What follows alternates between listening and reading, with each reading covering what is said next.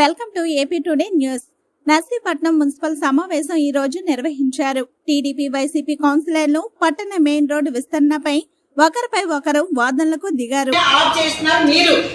ప్రజలకు ఇబ్బంది కలిగిస్తున్నారు మీరు.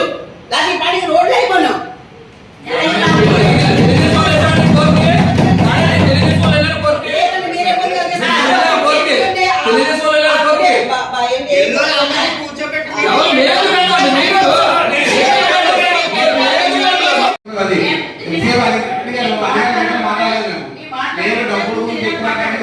డబ్బులు అన్నీ ఎవరికి ఇబ్బంది పెట్టలేదు. ఈ కంచిపట్నంలో బొమ్మలు రోడ్డు వేయడం మీకు ఇష్టం లేదు. మీకు ప్రధానంగా మీకు ఇష్టం లేదు. మీకు కేసు రాస్తే ఇప్పుడు కూడా చెప్పారు, డాక్టర్ రాస్తే అదే చెప్పారు.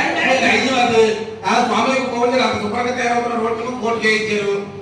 అలాగే అందరూ కూడా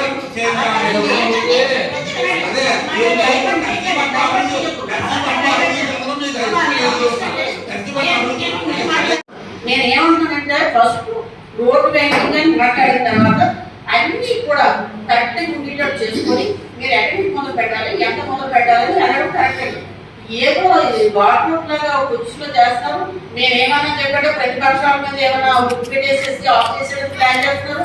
మీరు ప్రభుత్వం నుంచి ఒక రూపాయి తెచ్చుకుని ఎలా తెచ్చుకోవాలో ఆలోచించాలి. రూపాయి తెచ్చుకోకుండా సత్తా లేకుండా ఈ రోజు ఇలా కథాన్ని చెప్పేసి కొత్త 90, 80, 50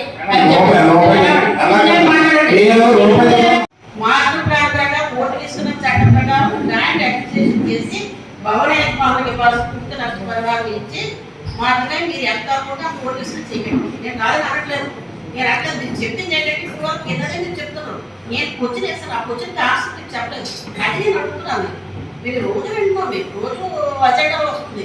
దానికి నేను అనట్లేదు 7 నెలలది ఇప్పుడు ఎందుకు దాచి పెట్టారు, 5 నెలలది ఒకటి.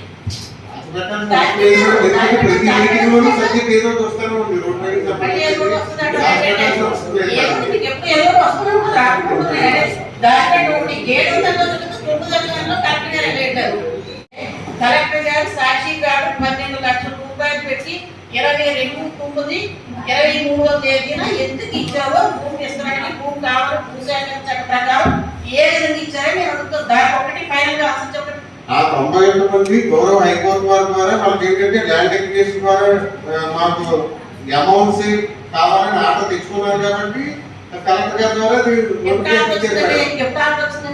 అవి 5వ నెలలో వచ్చే మేడం, 6వ నెలలో వచ్చి మొన్న రీసెంట్ గా కూడా